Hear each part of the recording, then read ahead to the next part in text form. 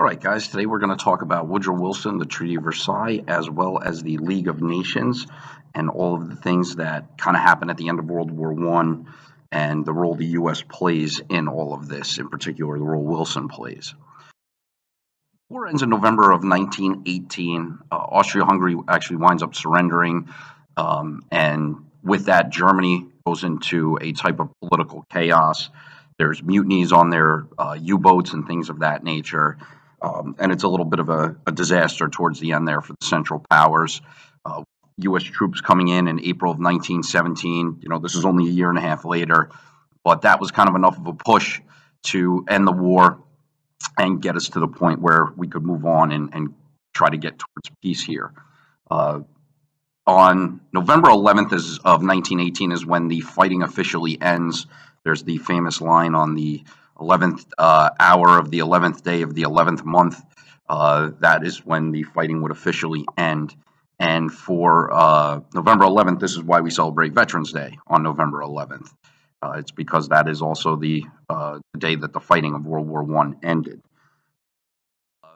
War takes an enormous toll in a lot of different ways. You have 22 million people dead. Half of those are civilians. Not something we'd seen too often in warfare, where half of the people killed were not even in the war itself. But this is a pattern of the 20th century, like we talked about in class, where civilians take an enormous toll on this. $338 billion in costs, which even by today's standards is an enormous sum of money, and this is 100 years ago that this was spent on the war. And from the U.S. side, we lose 110,000 men. And in just a year and a half in the war, we lose 110,000 men. That's just about the entire amount of men we lost in the Korean War and the Vietnam War combined. So this is a much shorter amount of time than those two wars. Now, Wilson, when it came to trying to get a peace agreement, he was thinking about this long before the war had ended, and he announced what he referred to as his 14-point peace plan. Wilson is kind of already getting ready for the end of the war, and some of his points deal with a lot of his points deal with boundaries and things like that. But some of the main ones that don't, he asked for no secret treaties. He wanted freedom of the seas for everybody, lower tariffs all around the board. Arms reductions, have everybody reduce the sizes of their militaries, and limits on colonialism, trying to kind of stop those conflicts that imperialist countries were getting into in places that weren't even close to their homelands. So he's looking at trying to have a lasting, meaningful peace by trying to get everybody to agree to these things. And the is what's known as the League of Nations, and this is a world governing body that Wilson wants to create. We kind of know this today as the United Nations. The League of Nations is the first attempt at this. The League winds up being a failure ultimately by the time we get to World War II, but this is kind of the groundwork for the United Nations today. And the idea is this would be a place for nations to discuss and settle grievances and hopefully keep a lasting peace. And this is Wilson's most important point. For out of all the 14 points, this is his baby, so to speak. This is the one he wants to see more than anything else happen. Fortunately for Wilson, though, the Allies have a very different idea of what the end of the war is going to be like. And many of the Allies are still really upset with Germany.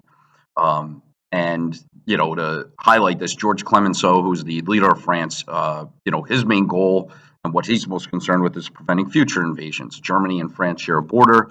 They're worried this could happen again, so they try to put measures in, and they have a big motivation to put measures in to keep Germany from being able to invade France a second time, which obviously winds up happening just a little over 20 years later.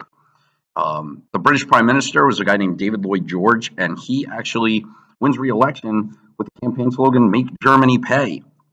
So revenge and satisfaction, so to speak, were in the minds of the Allies, and Wilson couldn't, he couldn't stop this from happening. As much as he wanted to see a different kind of peace, he wasn't gonna really be able to get that.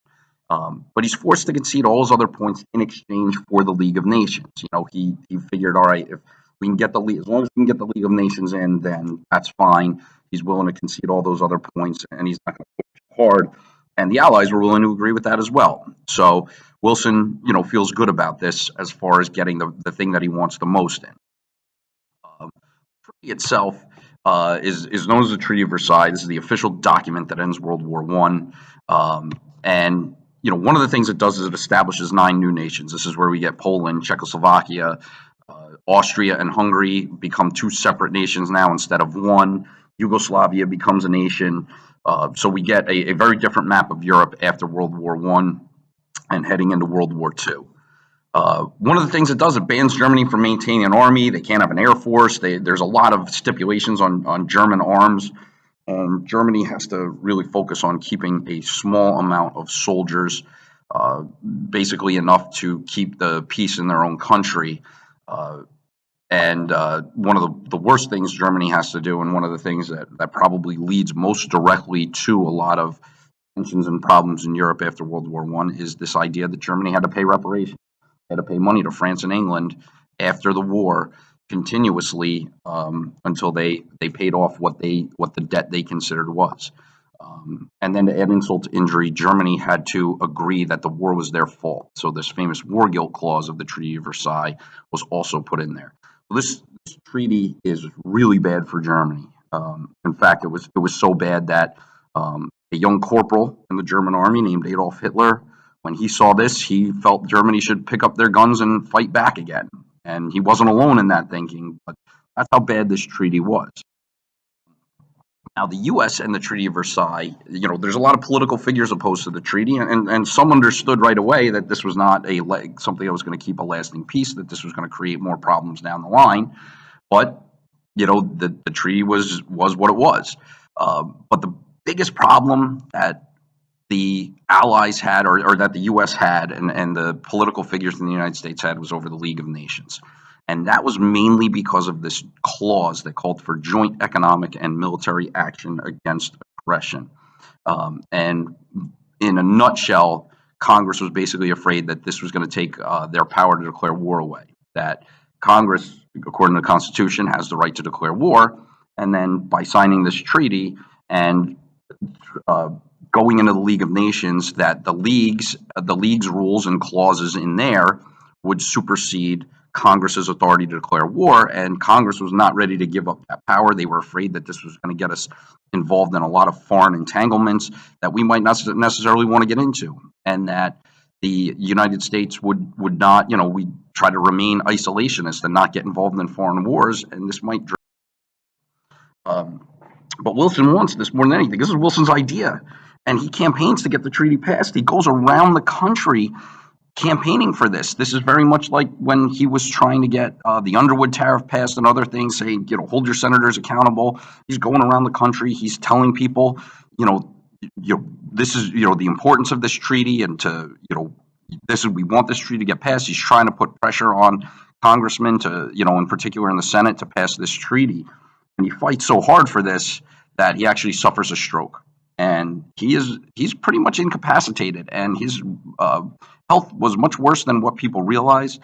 The reality is that the vice president should have definitely taken over and began to deal with the day-to-day operations of the government, but they didn't. And this paves the way for what many people consider the first female president in Woodrow Wilson's wife. She is rumored to have been involved in a lot of the day-to-day decisions and forging Wilson's signature and things of that nature, while Wilson was really, bed-stricken and not able to fulfill all his duties. She was kind of masking it and making it seem like he wasn't as bad, so that he didn't lose that power. Um, Ultimately, though, the treaty is voted down by the Senate, and the U.S. winds up making their own separate agreement. Constitution says you need a 2/3 vote to pass a treaty in the Senate, which is a very tough number to get.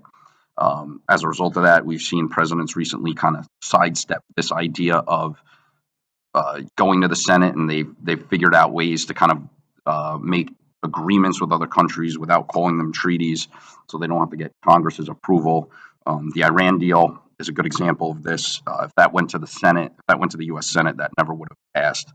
but it never got there. So the agreement with Iran wound up sticking as a result of that.